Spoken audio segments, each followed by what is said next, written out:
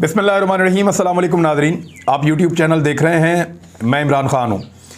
पहले तो पुरानी ड्यूटी पे वापस आ जाएं, क्योंकि पाक फ़ौज खुद से तो जवाब दे नहीं सकती जब उनके ऊपर हमला होता है या कीचड़ उछाला जाता है उनके ऊपर। नॉर्मली ये लोग चुप रहते हैं और इनके बिहाफ के ऊपर पाकिस्तानी जवाब देते हैं।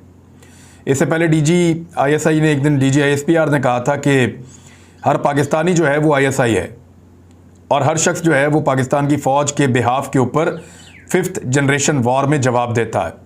तो पाक फ़ौज के ऊपर दोबारा हमला हुआ है। गिले शिकवे अपनी जगह पे, शिकायतें अपनी जगह पे। ख़ास तौर पे मैं ये बात उनसे कर रहा हूँ जिनको बड़ा दुख है इमरान खान साहब की हुकूमत गिर जाने का। वो सारी चीज़ें अपनी जगह पे, लेकिन कुछ फैक्ट्स मैं आपके सामने रख देता हूँ। फैक्ट्स ये हैं कि मोहसिन दावड़ उसने पाक फ़ौज के ख़िलाफ़ ये मुतालबा किया है कि अफ़गानिस्तान के अंदर पाकिस्तानी फ़ौज ने जाके फ़िज़ाई हमला किया है और बम्बारमेंट के नतीजे में वहाँ के 40 से ज़्यादा शहरी जाँ बहक हो गए हैं और अब इस मामले के ऊपर पाकिस्तान में तहकीकात होनी चाहिए। ये मोहसिन दावड़ ने किया है। जो अली वज़ीर ने किया उसको तो छोड़ ही दें अभी फ़िलहाल, वो तो शुरू से अब तक पाक फ़ौज के बहुत ख़िलाफ़ है। और मैं आपको बड़ी इंटरेस्टिंग बात बताऊँ, पाकिस्तान तहरीक इंसाफ को बाकायदा कहा गया था, अब ये आप खुद जान लें कि किसने कहा था। पाकिस्तान तहरीक इंसाफ को बाकायदा कहा गया था कि मोहसिन दावड़ और अली वज़ीर के ख़िलाफ़, उस दिन मैं बनी गाला में ही था जब ये टिकट का मामला हो रहा था, कुछ और साफ़ी भी गए हुए थे।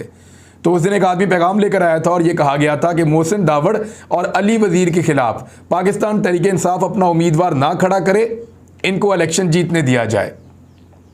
फिर ये जीत गए थे। पश्तून तहफ़्फ़ुज़ मूवमेंट इनकी पार्टी है अब।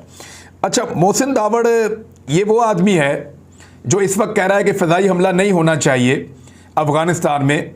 अगर तो पाक फ़ौज ने किया है ना मेरे ख्याल में, और दहशतगर्दों को मारा है, तो ठीक किया है। जब अफ़गानिस्तान रोक ही नहीं पा रहा, जब अफ़गानिस्तान दहशतगर्दी वहाँ से पाकिस्तान में आने से रोक ही नहीं पा रहा, तो हमारे पास क्या चांस रह जाता है। हम फिर यही कर सकते हैं ना कि जहाँ पे दहशतगर्द हैं या उनके कैंप्स हैं, वहाँ जाके उनको मुकाबला करें, वहाँ जाके उनका शिकार करें, ताकि वो पाकिस्तान के अंदर आके निहत्ते शहरियों या पाकिस्तान के अंदर फ़ौजियों को या पुलिस वालों को निशाना ना बना सकें। हमने कीमत चुकाई है इस लड़ाई की। तो मोहसिन दावड़ को बहुत बुरा लगा एक फ़िज़ाई हमला, अगर तो ये फ़िज़ाई हमला हुआ है तो। लेकिन अभी तक ISPR की कोई कंफर्मेशन नहीं है कि इन्होंने यहाँ से जाके अफ़गानिस्तान के अंदर कोई बम्बारमेंट की है जिसके नतीजे में इन्होंने कोई बंदे मारे। लेकिन अफ़गानिस्तान से जो रिपोर्ट हुआ, कुछ 6 लोग रिपोर्ट हुए हैं वहाँ पर मारे गए हैं। लेकिन यहाँ पे पाकिस्तान में भी शहादतें हुई हैं। 8 फ़ौजी तो अभी शहीद हुए एक दिन पहले, इमरान खान साहब ने भी उसका जिक्र किया है। तो मामला ये है कि मोहसिन दावड़ कहता है कि फ़िज़ाई हमला अफ़गानिस्तान में क्यों हुआ है। ये मोहसिन दावड़ कौन है? ये वही वाला मोहसिन दावड़ है जिसके कुछ ट्वीट्स मैं आपको दिखा रहा हूँ, ये आप देखें। ये इसका एक ट्वीट जो है वो 3 अक्टूबर 2013 का है, दूसरा 19 जून 2013 का है और तीसरा 13 जुलाई 2013 का है। ये 3 ट्वीट्स हैं, आप देख लें। पहली में ये शीरी मज़ारी को मुखातिब है, उसने कहा he deserves peace prize because he increased the drone attacks which increased the number of deaths of the terrorist drone the best. ये एक्चुअली उसने क्योंकि मिला था बराक ओबामा को नोबल पीस प्राइज़ मिला था, उसके ऊपर ये तनकीद हुई थी, तो उसके जवाब में ये कह रहा था कि बिल्कुल उसको मिलना चाहिए था पीस प्राइज़ और उसको बिल्कुल ठीक मिला है नोबल इनाम। और क्योंकि उसने ड्रोन हमले ज़्यादा कर दिए हैं जिसमें ज़्यादा दहशतगर्दों को वो मार रहा है, ड्रोन बेहतरीन है। ये अमेरिका का हमायती था फ़िज़ाई हमलों में जब पाकिस्तान के अंदर लोग मारे जाते थे। फिर ये कहता है उमर चीमा को, bullshit, drones are the only messiah for the people of Waziristan killing the high profile militants, के ड्रोन ही तो एक मसीहा है वज़ीरिस्तान के लोगों के लिए। तुम जो बात कर रहे हो वो बुलशिट है और ये मारता है हाई प्रोफाइल मिलिटेंट्स को। उसके बाद अगले जो पख्तून्स का एक रिएक्शन है उसके ऊपर ये लिखता है कि only those civilians who bring the militants to their homes are the effectives of drones who can not be called innocents. कह रहे जी वो आम शहरी ही इसका निशाना बनते हैं ज़्यादातर ड्रोन्स का, जो मिलिटेंट्स को अपने करीब आने देते हैं या अपने घरों में आने देते हैं, तो वो इनोसेंट नहीं हो सकते। यानी लोग जनाजा पढ़ने गए, एक आदमी मारा गया ड्रोन में, उसका जनाजा पढ़ने गए, जनाजे पे ड्रोन मारा, सारे ही मारे गए। एक मदरसा उसके ऊपर ड्रोन मारा, 40 बच्चे शहीद हो गए। तो इस तरह 50 बच्चे शहीद हो गए। इस तरह जगह जगह वो ड्रोन मारते थे, मासूमों को कत्ल करते थे। लेकिन मोहसिन दावड़ ये कहता था कि बेहतरीन चीज़ है ड्रोन, इसका बार बार अटैक होना चाहिए, और वो उसके बारे में बड़ी अच्छी बातें करता था। लेकिन अगर पाकिस्तान ने दहशतगर्दों को मारने के लिए कोई ऑपरेशन मुबैना तौर पे, अभी तो उन्होंने कंफर्म नहीं किया, लेकिन उन्होंने किया अफगानिस्तान में, तो मेरी नज़र में तो ठीक किया अपने मुल्क को बचाने के लिए। जब अफगानी रोक ही नहीं पा रहे तो हमें तो रोकना पड़ेगा ना, हमें तो रोकना पड़ेगा। जब अमेरिकन करे पाकिस्तान में फिदाई हमला तो मोहसिन दावड़ खुश होता है, और जब पाकिस्तान करे दहशतगर्दों के खिलाफ अफगानिस्तान में फिदाई हमला, जिसकी कंफर्मेशन अभी नहीं आई, तो मोहसिन दावड़ रोता है। वो ये कहता है कि तहकीकात कराओ, इसका पता करें ये अफगानी है या पाकिस्तानी है। इसके जलसों में नारे लगते हैं लड़ो बरियो अफगान, के ऊपर भी अफगान है नीचे भी अफगान है, अटक तक ये कहते हैं कि अफगानिस्तान बनाएंगे। इन्होंने ट्रेंड चलाया पाक फौज के खिलाफ। कल ट्रेंड था पाकिस्तानी आर्मी वॉर क्राइम्स, कि पाकिस्तानी फौज जो है वो जंगी जराइम कर रही है, और इस किस्म का ट्रेंड पाकिस्तान के खिलाफ चलाकर कल उसको इन्होंने बहुत ज़्यादा उठाया है। उसके बाद यही वो आदमी है जिसने DGISI ने जब दौरा किया अफगानिस्तान का पिछले साल, तो इसने कहा था किसकी इजाज़त से किया, क्यों किया ये दौरा, क्या पार्लियामेंट से पूछा, और बहुत सारे सवालात इसने शाह महमूद कुरैशी से और उस वक्त की हुकूमत से उठाए थे, और इसने बाकायदा सवालनामा जमा करवाया था। फिर ये ISPR की प्रेस कॉन्फ्रेंस भी है इन लोगों के बारे में कि इनको बाहर से फंडिंग होती है सब कुछ, लेकिन मेहरबानों की मेहरबानी से ये अब पहुँचे हुए हैं कौमी असम्बली में, और जिनकी मेहरबानी से पहुँचे हैं उसी तरह की हरकतें कर रहे हैं। यानी कल इन्होंने फ़ौज के ऊपर बहुत टका के दोनों ने तनकीद की है, और ये 174 के अंदर शामिल हैं। यानी ये वो 2 वोट हैं शहबाज शरीफ के जिन्होंने फ़ौज की तज़हीक की है, और इनके बगैर फिर शहबाज शरीफ की हुकूमत मुकम्मल नहीं होती। तो बार बार इन्होंने फ़ौज के ऊपर, बड़ी लंबी इनकी तारीख है। मिसाल के तौर पे जब अशरफ गनी ने हलफ उठाना था, तो अशरफ गनी के हलफ उठाने के लिए ये दोनों लोगों को स्पेशली बुलाया गया अफगानिस्तान में। वहाँ पे इनको रिसीव किया, जो उनके NDS के सरबराह हैं उन्होंने इनको रिसीव किया, यानी जो उनकी इंटेलिजेंस एजेंसी है अफगानिस्तान की, उन्होंने इनको रिसीव किया। अशरफ गनी ने अपना हलफ बर्दारी की तकरीब को लेट कर दिया कि जब तक ये 2 मेहमान नहीं आएंगे तब तक वो हलफ नहीं लेंगे। इतनी वफादारी है इनकी उनके साथ। फिर स्पेशली हेलीकॉप्टर भिजवाकर इनको रिसीव किया गया और इनको तकरीब में पहुंचाया गया, और फिर अशरफ गनी ने हलफ लिया। ये वो लोग हैं जिन्होंने पाकिस्तान के खिलाफ ट्रेंडिंग शुरू की है, और पाक फौज का इन्होंने पहले भी बहुत ज़्यादा मजाक उड़ाया, पाकिस्तान की फोर्सेस को डीमोरल करने की कोशिश की, पाकिस्तान की फ़ौज को और पाकिस्तान की पब्लिक को हमेशा इन्होंने लड़ाने की कोशिश की। 26 मई को 2019 को मोहसिन दावड़, अली वज़ीर और कुछ लोग जो हैं, बहुत सारे लोग एक फ़ौजी चेक पोस्ट के ऊपर घुस गए और वहाँ पे अटैक कर दिया, जिसमें फायरिंग हुई, फ़ौजी भी ज़ख्मी हुए, कुछ लोग भी मारे गए, शहीद हुए वहाँ पे लोग, क्योंकि मुसलमान है बेचारे, उनको ये वरगला के ले जाते हैं। तो ये बड़ा एक अफसोसनाक वाक़या था, और ये भी इन्हीं की वजह से हुआ। ये मोहसिन दावड़, अली वज़ीर ये दहशतगर्दी के तब तक खिलाफ रहते हैं जब तक वो पाकिस्तान में नहीं होती। ये कभी भी दहशतगर्दी की मजम्मत नहीं करते जब वो पाकिस्तान में हो रही हो। ये कभी किसी शहीद के घर में नहीं जाते।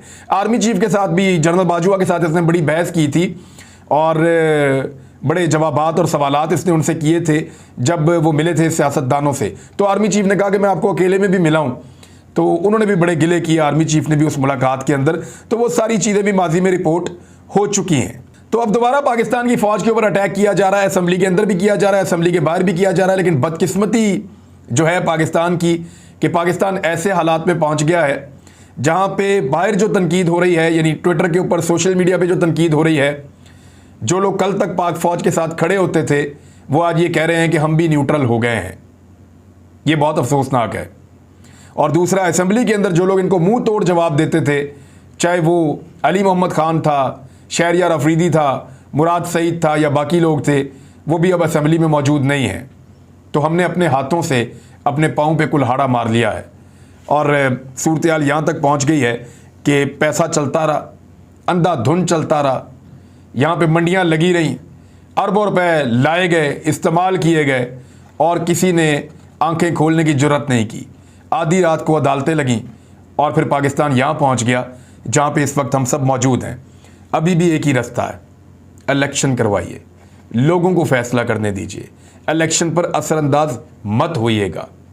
मैं तमाम इदारों को कह रहा हूँ कि खुला छोड़ें माहौल, इलेक्शन अनाउंस करवाएं, लोगों को फैसला करने दें, धांधली को रोकें, और बल्कि किसी किस्म की फेवरेटिज्म ना दिखाएं इलेक्शन में। Let the people decide. पता चल जाएगा पाकिस्तान में किसकी हुकूमत बनती है और इसमें से इंशाल्लाह खैर ही निकलेगी। पाकिस्तान की पब्लिक कभी भी गलत फैसला नहीं करती। 1947 से लेकर आज तक या 1940 करारदादे पाकिस्तान से लेकर आज तक इस खित्ते के लोगों ने जब भी कभी इज्तिमाई फैसला किया है, गलत फैसला नहीं किया।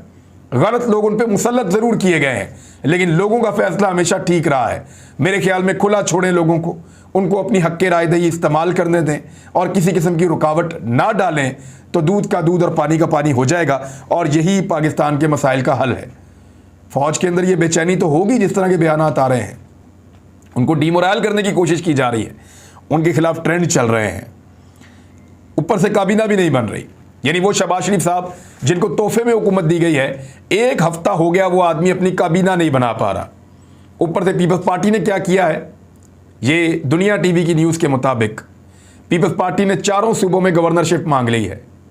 पंजाब के गवर्नर को हटा दिया गया है, लेकिन सदर आरफ अलवी ने ऐसे कोई अहकाम जारी नहीं किए और जब तक सदर पाकिस्तान हुक्म ना दें या वो ना हटाएं तब तक गवर्नर को नहीं हटाया जा सकता। लेकिन ये इख्तियार जो है बहरहाल गवर्नमेंट का होता है, लेकिन सदर पाकिस्तान उसको इस्तेमाल करते हैं। तो बरतरफ करने का इख्तियार सदर पाकिस्तान का है। अभी तक उन्होंने ऐसा नहीं किया, कोई नया गवर्नर भी अभी तक नामजद नहीं किया गया PMLN की जानिब से। तो पीपल्स पार्टी ने 4 सूबों की गवर्नरशिप मांग ली है। तो ये बात सच्ची है कि जब लूट मार हो रही होती है तो उस वक्त तो लोग इकट्ठे हो सकते हैं, लेकिन जब लूट का माल आपस में बांटा जा रहा हो तो तब लड़ाई ज़रूर हो जाती है। तो ये लूट का माल है ना पाकिस्तान। अब जब इसका बंटवारा हो रहा है कि ये मुझे दे दो वो मुझे दे दो, तो जब पाकिस्तान के ओहदों का, पाकिस्तान के इक़्तिदार का और इवन पाकिस्तान का जब बंटवारा हो रहा है तो फिर वो लड़ेंगे तो सही। और वो लड़ाई इस वक्त नज़र आ रही है कि 1 हफ्ता गुजर गया, उनसे काबीना ही नहीं बन रही और ऐसे काबीना बनेगी भी नहीं। दूसरी जानिब एक और चीज़ है और ये बड़ी अफसोसनाक है। नाज़िम जोखियों कत्ल केस के अंदर पुलिस ने अदालत में एक रिपोर्ट जमा करवा दी है, चालान जो जमा करवाया अदालत में, उसमें उन्होंने कह दिया और सारा कुछ कहा कि हादसाती तौर पे हुआ है। यानी नाज़िम जोखियों का जो कत्ल है वो इसलिए हुआ था ना, सबको पता था कि उसने बताया कि गैर मुल्की आए हैं और यहाँ पे पीपल्स पार्टी का MNA और MPA जो दोनों भाई हैं वो उनको फैसिलिटेट करके गैर कानूनी शिकार खिला रहे हैं।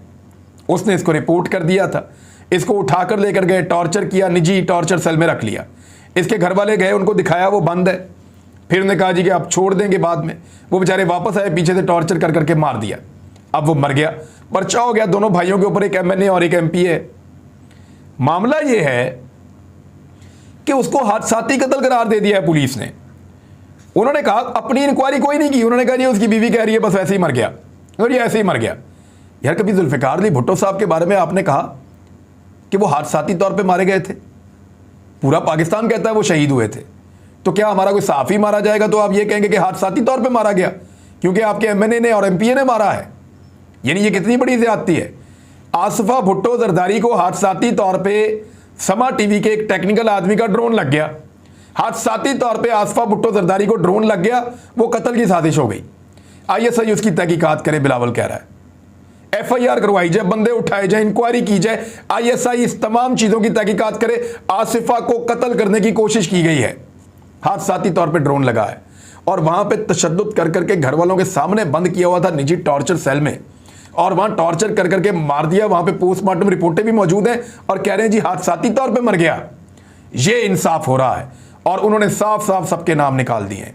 MNA का भी निकाल दिया, MPA का भी निकाल दिया, बाकी जितने बाअसर लोग थे उन तमाम लोगों का नाम इंक्वायरी के अंदर से, चालान के अंदर से निकाल दिया पुलिस ने।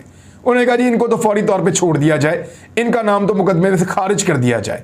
1-2 मुलाजमों के नाम रखे हुए हैं और उनको भी आने वाले वक्त में जो है वो बचा लिया जाएगा। तो ये है जी सूरत हाल पाकिस्तान में इंसाफ की। ये आपके हुक्मरान आए हैं और इस तरह का ये इंसाफ देंगे और पाकिस्तान में सहाफ़ियों में से कोई नहीं बोलेगा इस आदमी के हक में, कोई नहीं बोलेगा इस आदमी के हक में, कोई नहीं बोलेगा। इसलिए एक गरीब आदमी था और पीपल्स पार्टी ने मारा है। पीपल्स पार्टी मारे, PMLN मारे, खैर है। पीपल्स पार्टी और PMLN मारे तो खैर है, क्योंकि वो खैर बांटते भी हैं, वो टोकरे भी देते हैं, वो ख्याल भी रखते हैं, वो काम भी करवाते हैं, वो ओहदे भी देते हैं, वो अफ्तारियाँ भी करवाते हैं। तो ऐसी सूरत हाल के अंदर जो है वो अगर मारें तो खैर है। उसके ऊपर कोई ना अजीज़ मेमन पे आवाज़ उठाता है, ना कोई नाज़िम जोखियों पे आवाज़ उठाता है। तो बात यह है कि इदारों से आपको शिकवे हो सकते हैं, हमें शिकवे हो सकते हैं, बहुत सारी चीज़ें ऐसी हैं जो गलत हो सकती हैं, जिनकी आप निशानदेही कर सकते हैं, जिन पे आप गिले कर सकते हैं, लेकिन वो जो एक फ़ौजी बॉर्डर पे खड़ा है ना, उसका दिल नहीं दुखना चाहिए। और ये मोहसिन दावड़न पार्टी या पीटीएम के लोग या अफ़गान स्पॉन्सर्ड लोग या दुश्मन मुल्कों के कहने से और उनसे फ़ंड लेके जो लोग काम करते हैं, ये लोग हमेशा उस फ़ौजी का दिल दुखाने की कोशिश करते हैं और इस किस्म का ट्रेंड चलाते हैं और इस किस्म की चीज़ें करते हैं, फिर असेंबली के फ्लोर को इस्तेमाल करते हैं इस काम के लिए। अब वहाँ पे जवाब देने वाले मौजूद नहीं हैं, बाहर भी लोग जवाब नहीं दे रहे, ये कहते हुए कि हम तो अब न्यूट्रल हो गए, हम क्यों जवाब दें, जैसे आप न्यूट्रल हो गए वैसे ही हम भी न्यूट्रल हो गए। मेरे ख्याल में वो फ़ौजी हमारे लिए वहाँ खड़ा है, हमें उसकी खातिर यहाँ पे आवाज़ उठानी चाहिए। ये वक्त भी गुजर जाएगा, गिले शिकवे हो सकता है कभी दूर हो जाएं, लेकिन पाक फ़ौज और पाक फ़ौज का तहफ़्फ़ुज़ वो उसी तरह आपकी भी जिम्मेदारी है जैसे वो आपका तहफ़्फ़ुज़ करते हैं। अब तक के लिए इतने ही, अपना ख्याल रखिएगा, अपने इस चैनल का भी। अल्लाह हाफ़िज़।